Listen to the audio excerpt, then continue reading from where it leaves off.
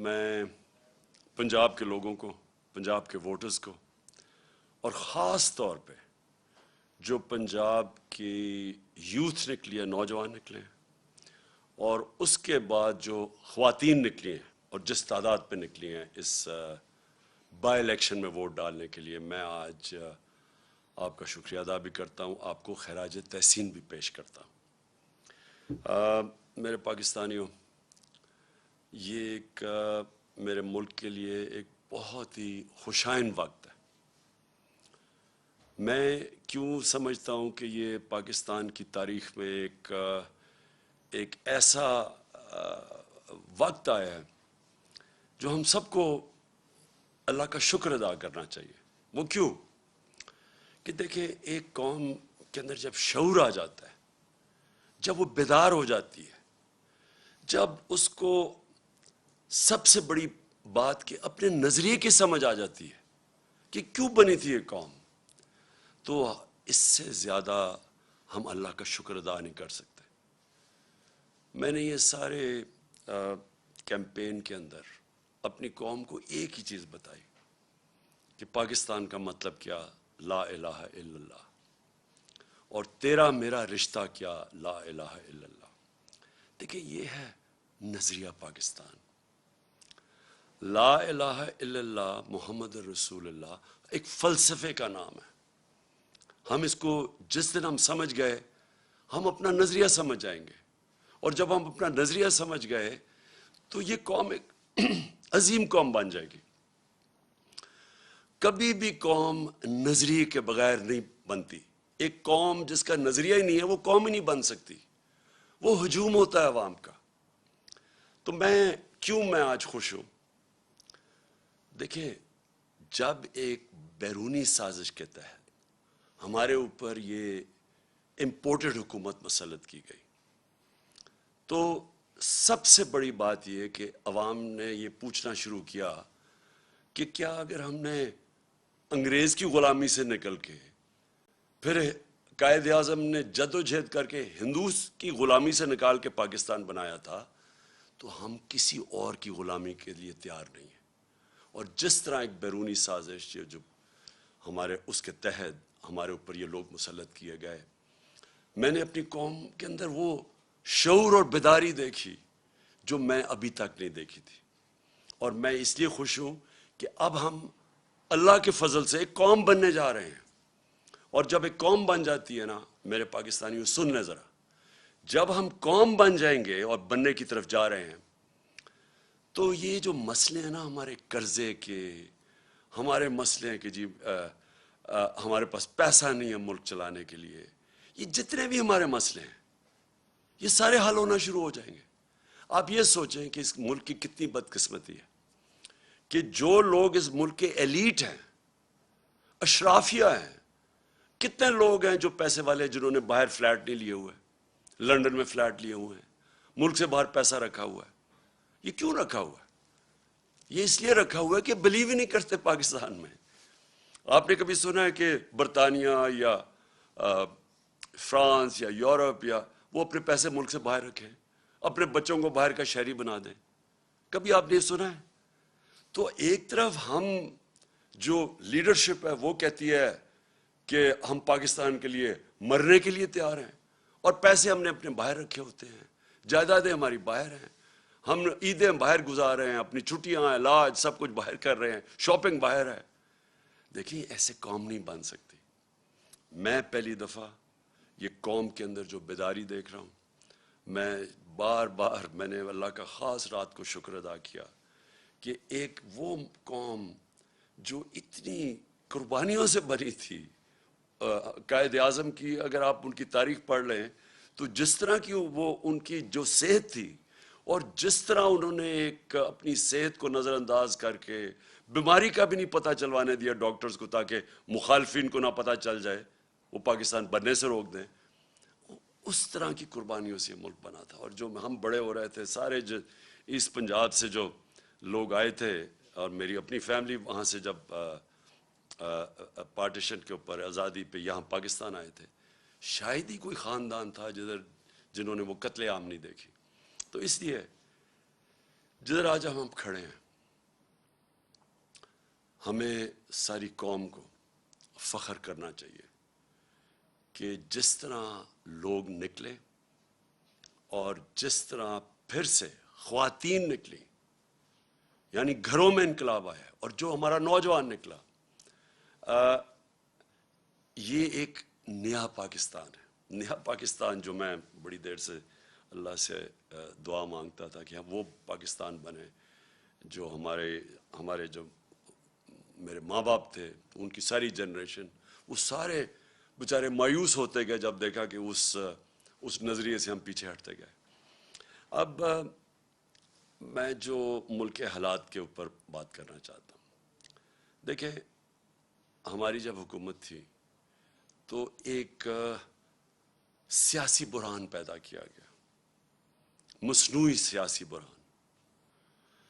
ایک حکومت چل رہی تھی، پاکستان کی اکنامک سروے کے اندر آپ پڑھ لیں، یہ حکومت کی اکنامک سروے کے متعلق جو چھپتی ہے، کہ جو جائزہ لیتی ہے ملک کی جو معیشت اوپر جا رہی ہے، کیا کر رہی ہے، اس کے اوپر اس کی طبیعت کیسی ہے، تو پاکستان کی اکنامک سروے کے مطابق 17 سال کے بعد سب سے زیادہ ہمارے آخری 2 سال میں ملک کی اکانومی ترقی کی ہے، ہماری گروتھ ریٹ بڑھی ہے، 5.6% تیسرے سال اور 6% جس سال ہمیں ہٹایا گیا۔ اس وقت ملک کی ساری جو انڈیکیٹرز تھے وہ صحیح طرف جا رہے تھے۔ سب سے بڑی چیز ہوتی ہے لارج سکیل مینوفیکچرنگ، آپ کی انڈسٹری۔ جب آپ کی انڈسٹری بڑھتی ہے تو سب سے زیادہ روزگار دیتی ہے۔ ہم نے ان ساری حکومتوں سے زیادہ کرونا کے باوجود سب سے زیادہ روزگار دیا تھا۔ تو لارج سکیل مینوفیکچرنگ جب بڑھتی ہے آپ کا ٹیکس بڑھتا ہے، وہ جب بڑھتی ہے روزگار کے علاوہ ملک کے اندر ویلتھ کریشن ہوتی ہے، دولت میں اضافہ ہوتا ہے۔ تو لارج سکیل مینوفیکچرنگ ریکارڈ طریقے سے بڑھ رہی تھی۔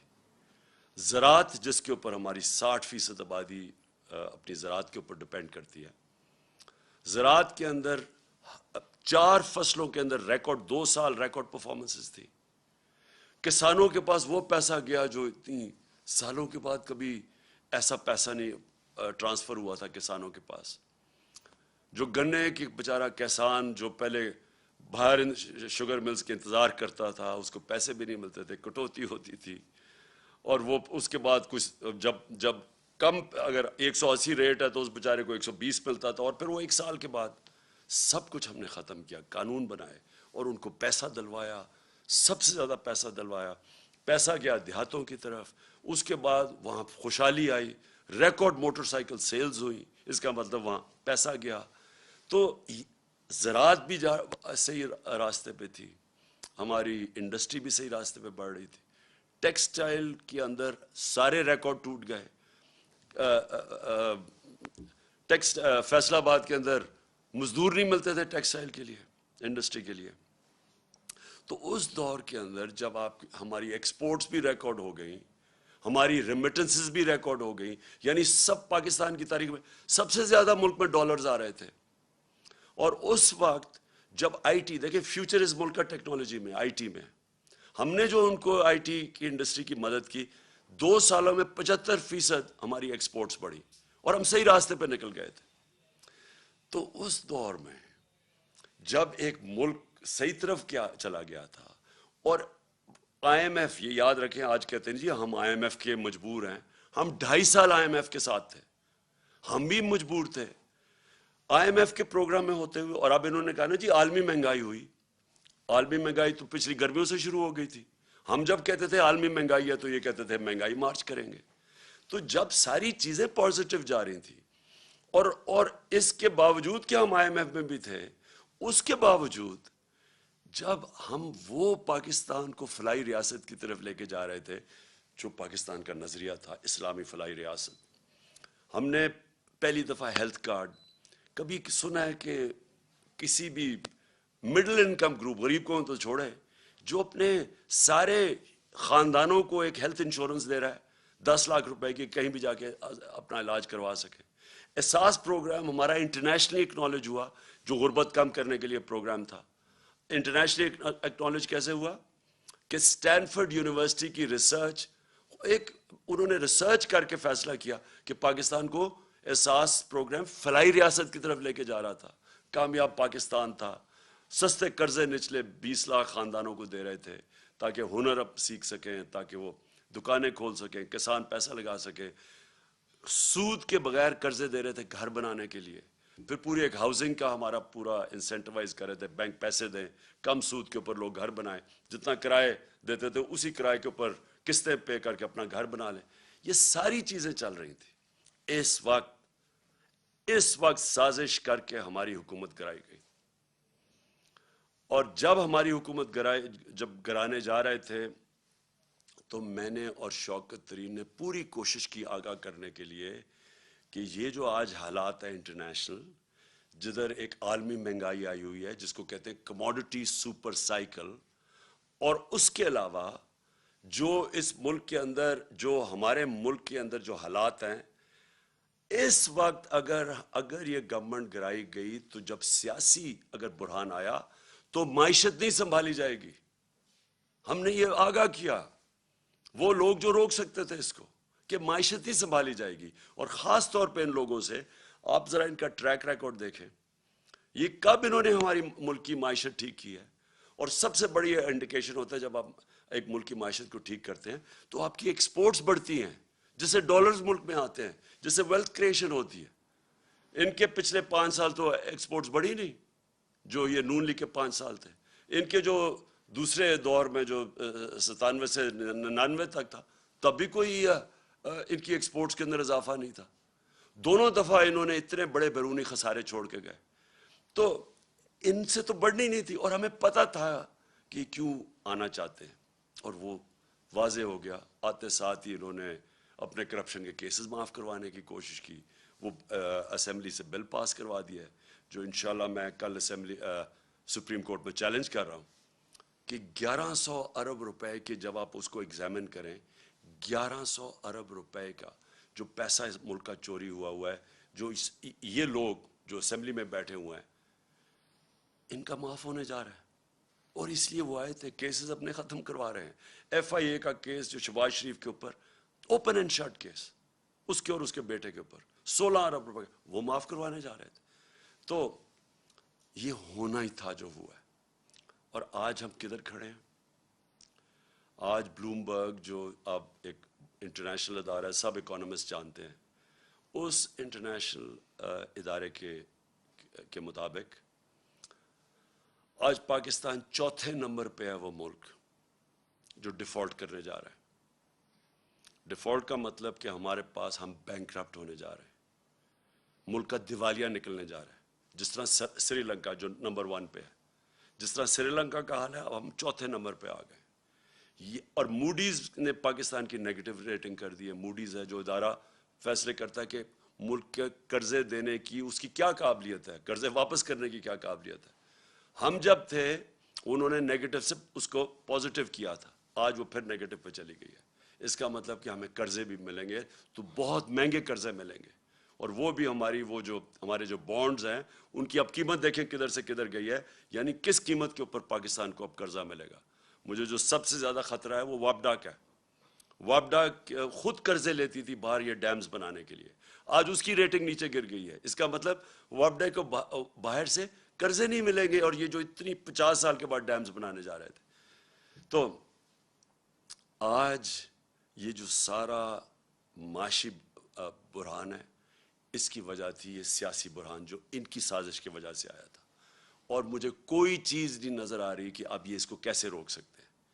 آپ یہ سوچیں کہ ریزروز ہمارے آدھے ہو گئے جب سے یہ آئے ہیں، جب سے یہ سیاسی بحران شروع کیا تھا اس سے اب آدھے ریزروز ہیں جو فورن ایکسچینج. روپیہ ہمارا گر کے تقریباً 28 روپے گر چکا ہے. اور سب سے خطرناک چیز یہ ہے کہ آئی ایم ایف کی اگریمنٹ کے سائن ہونے لگی ہے، روپے کو تو مضبوط ہونا چاہیے تھا، وہ مزید اور 10 روپیہ گر گیا. تو آگے اگر جس طرح کے حالات ہیں، آگے اگر اب ہم نے اب سبق نہ سیکھا اور یہ نہ سمجھا کہ جب تک سیاسی سٹیبلٹی جب تک سیاسی بحران ختم نہیں ہوگا یہ معیشت اب اور مزید نیچے جائے گی، اور مجھے خطرہ ہے کہ ادھر ہی نہ پہنچ جائے کہ سب کے ہاتھ سے ہی نکل جائے۔ اس لیے ایک ہی راستہ ہے اب آگے، اور وہ ایک راستہ ہے صاف اور شفاف الیکشنز کروانے کا۔ اور میں آج اپنی قوم کے سامنے جو چیز رکھنا چاہتا ہوں، جس طرح کا انہوں نے پنجاب میں الیکشن کروایا، ایسا اگر الیکشن کروانا ہے، اور اگر یہ اسی طرح کے آگے الیکشن کروانے ہیں، میں آپ کو یقین دلاتا ہوں کہ اس سے بحران بڑھے گا، کم نہیں ہوگا۔ ہر بار استعمال کیا گیا ہمیں الیکشن ہرانے کا۔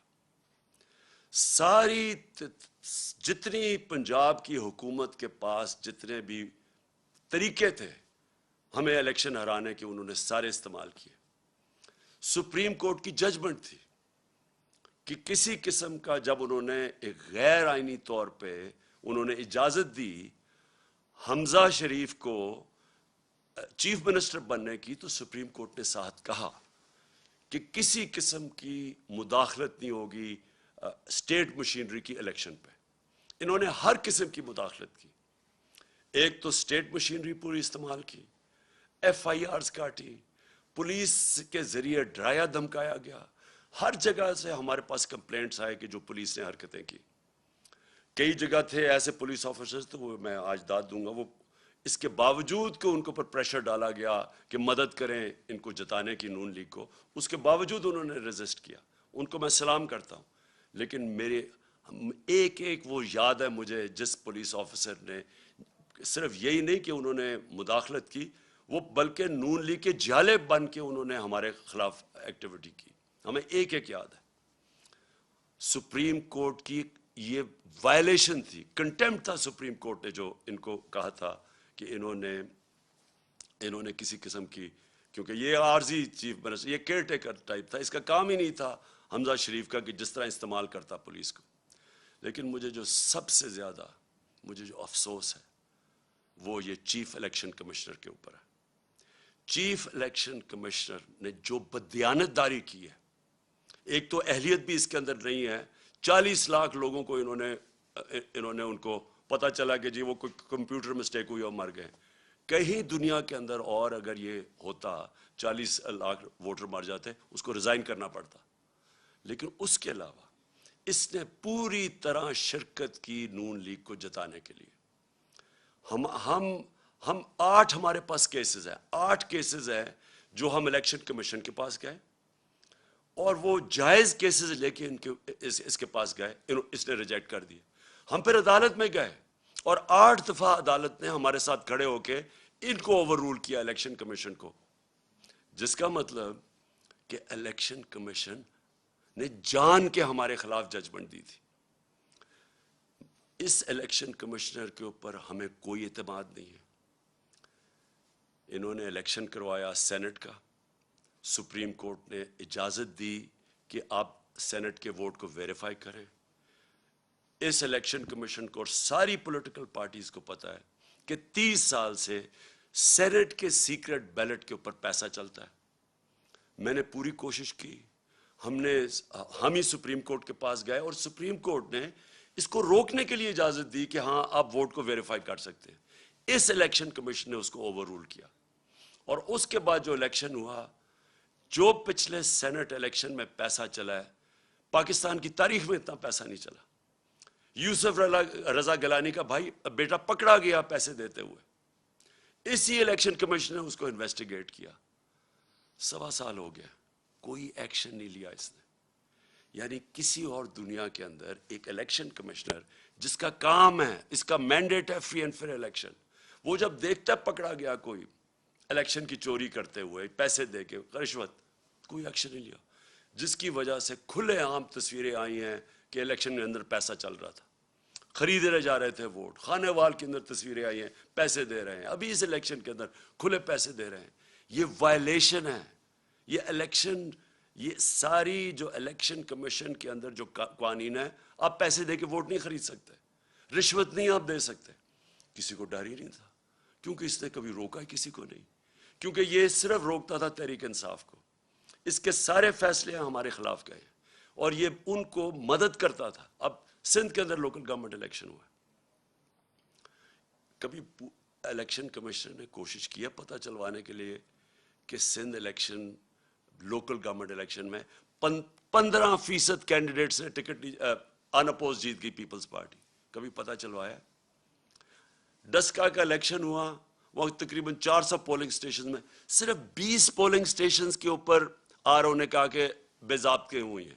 اس نے سارا الیکشن کھول دیا پی ٹی آئی کے ہمارے اگینسٹ، جو ہمیں ہروایا اس نے. تو جب لوکل گورنمنٹ الیکشن سندھ کا ہوا ہے 15% لوگوں نے الیکشن پہ کھڑے ہی نہیں ہوئے. پتہ چلوایا کیوں؟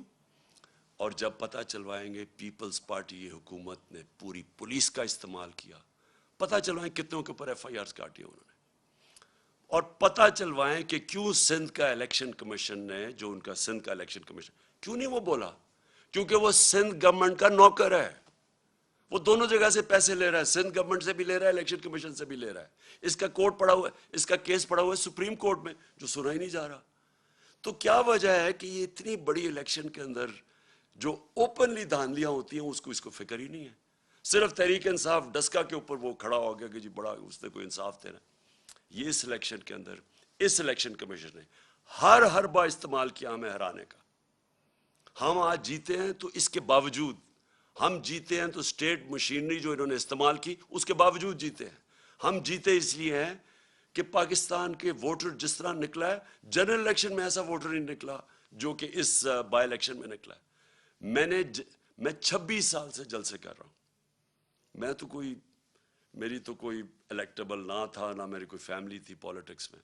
میں تو شروعات تھوڑے سے لوگوں سے، اور آہستہ آہستہ پبلک میں جا کے بیداری پیدا کر کے، اور ایک دن 14-15 سال کے بعد دن ایسا آیا کہ لوگوں نے میری بات سننی شروع کر دی. باتیں یہی میں کہہ رہا ہوں، پاکستان کا مطلب کیا، لا الہ الا اللہ، یہ میں 26 سال سے کہہ رہا ہوں، یہ کوئی نئی بات نہیں کر رہا. لیکن ایک وقت آیا کہ اللہ نے لوگوں کے دلوں میں ڈال دی اور میری پارٹی کھڑی ہونی شروع ہوئی. اور میں نے ساری پالیٹکس کی ہے پبلک کو ساتھ ملا کے. کبھی 26 سال میں نے کبھی اس طرح کی بیداری نہیں دیکھی. میں نے کبھی اپنی قوم میں ایسا شعور نہیں دیکھا جو میں نے اس بائی الیکشن ان 3 مہینے میں دیکھا. جب مجھے سازش کے تحت 9 اپریل کو جب میں پرائم منسٹر ہاؤس سے نکلا اپنی ڈائری پکڑ کے، تو میرے مخالفین سب کا، جنہوں نے سازش کی، ان کا خیال تھا کہ اب مٹھائیاں بنٹے گی اور ساری دنیا اس کو برا بھلا کہے گی. میڈیا کا پورا ایک گروپ ساتھ ملا ہوا تھا ان کے، اور ان میڈیا نے پوری کیمپین چلائی اس کے اگینسٹ. میں پھر سلام کرتا ہوں وہ میڈیا جو اس کے باوجود کھڑا رہا رائے حق پہ، سچ پہ. کیمپین چلائی گئی. انہوں نے پہلے بلیک آؤٹ کروایا ہمارا، اور پھر ان ساروں نے آ کے میرے پر کیسز بنانے شروع کر دیے. ہمیں جو 25 ہم جب ایک پرامن احتجاج کر رہے تھے کہ بیرونی سازش کے تحت ان کو بٹھایا ہے، وہ لوگ 60% کیبنٹ ضمانت پہ. شہباز شریف اور اس کا بیٹے کو سزا ہونے لگی تھی ایف آئی اے کیس میں. کبھی کوئی تصور کر سکتا ہے کہ الیکشن کمیشن اجازت دے دے ان لوگوں کو الیکشن لڑنے کی؟ عموماً ساری دنیا میں الیکشن کمیشن، اگر آپ کے اوپر آپ انڈر ٹرائل ہوں، آپ کے اوپر اربوں روپے کے کرپشن کے کیسز ہوں، تو عموماً الیکشن کمیشن کہتی ہے کہ پہلے اپنے آپ کو کلیئر کرو اور پھر آ کے الیکشن لڑو.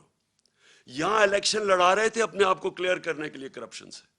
یہ کبھی دنیا میں ایسے نہیں ہوا کہ آپ پہلے الیکشن لڑیں، آپ اقتدار میں، اور پھر اپنے کیسز ختم کر دیں، یعنی خود ہی ملزم ہی قاضی بن جائے. یہ الیکشن کمیشن نے اجازت دی تھی ان کو. یہ لوگ آ کے اوپر بیٹھے. 25 مئی کو میں کبھی نہیں بھولوں گا. قوم نکلی، ساری قوم نکلی ان کے خلاف، جو انہوں نے یہ ہمارے ملک سے ظلم کیا. اور انہوں نے ان لوگوں کے اوپر جس طرح کا تشدد کیا، وہ پولیس والوں نے جو کیا پنجاب کے اندر، اور ایک پولیس والا مجھے یاد ہے، انہوں نے جو کیا پنجاب میں، یہ جو رانا ثناء اللہ اور شہباز شریف نے یہ جو جہاں ظلم کیا اسلام آباد میں، اور ان کو شرم نہیں آئی کہ وہاں فیملیز نظر آ رہی ہیں اور ان کے اوپر یہ ٹیئر گیسنگ کر رہے ہیں. اور صرف اس لیے ڈر لگے، خوف پھیلانے کے لیے کہ ہم ان کو اتنا خوف پھیلائیں گے کہ یہ چپ کر کے بیٹھ جائیں گے، کیونکہ یہ بھیڑ بکری ہیں. یہ آپ کو انسان نہیں سمجھتے، یہ قوم کو بھیڑ بکریاں سمجھتی ہیں کہ جو مرضی آ کے فیتے کاٹ لو اور شہباز شریف ادھر بھاگ جائے تو سمجھے کہ جی لوگ بیوقوف مان جائیں گے. تھوڑی دیر کے لیے سب کو آپ پاگل بنا سکتے ہیں. سارا وقت کوئی بھی انسان نہیں آیا جو کہ سب لوگوں کو پاگل بنا سکے، اور یہ واضح ہو گیا جس طرح پبلک نکلی ہے.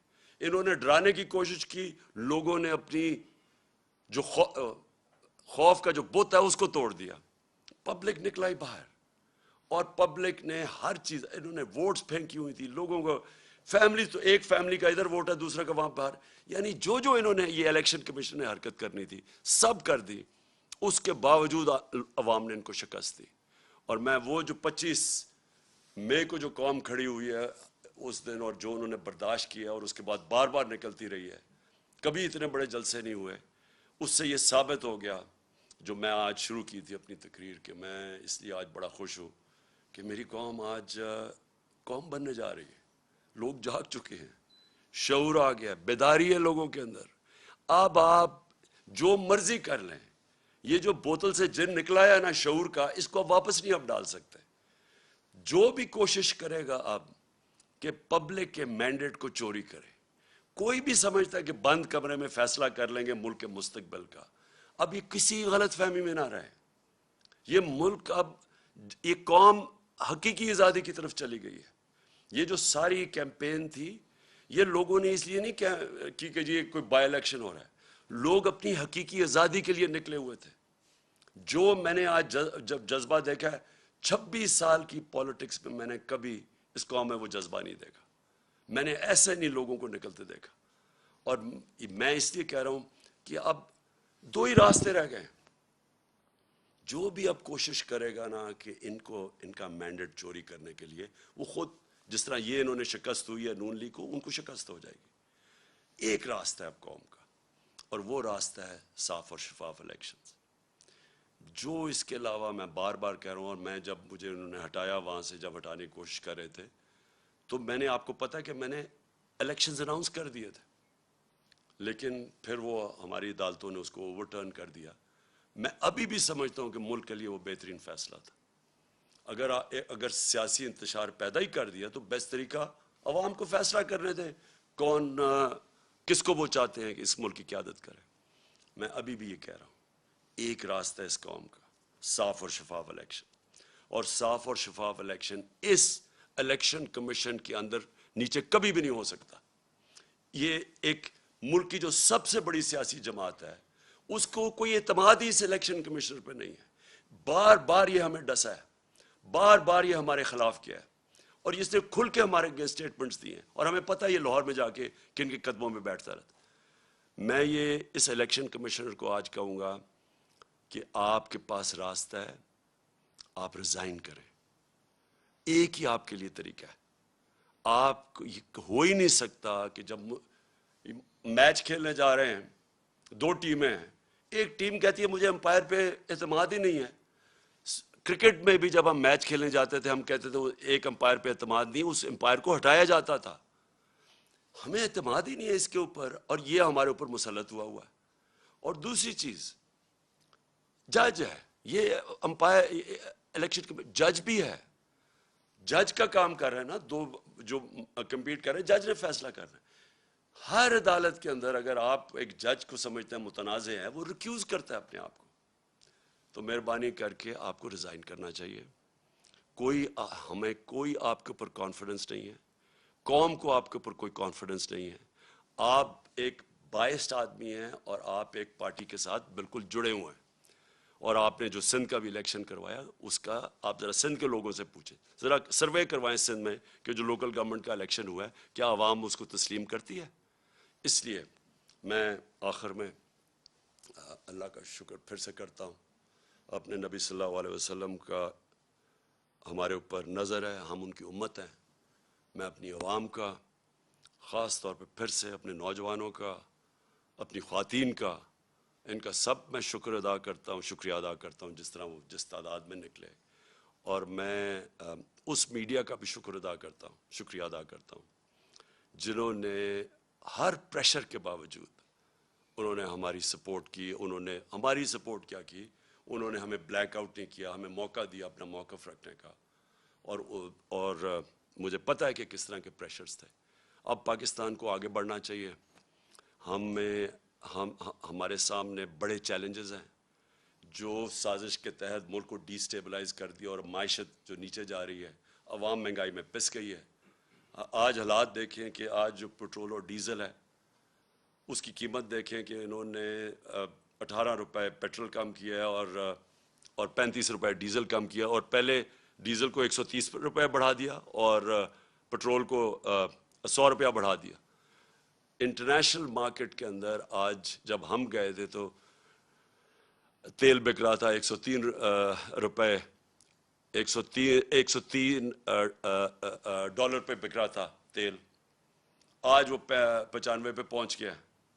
تو ان کو نیچے کرنا چاہیے، اس وقت بھی لوگوں کے اوپر کم بوجھ ڈالنا چاہیے، لیکن معیشت تب ٹھیک ہوگی جب یہاں سیاسی سٹیبلٹی آئے گی، استحکام ہوگا۔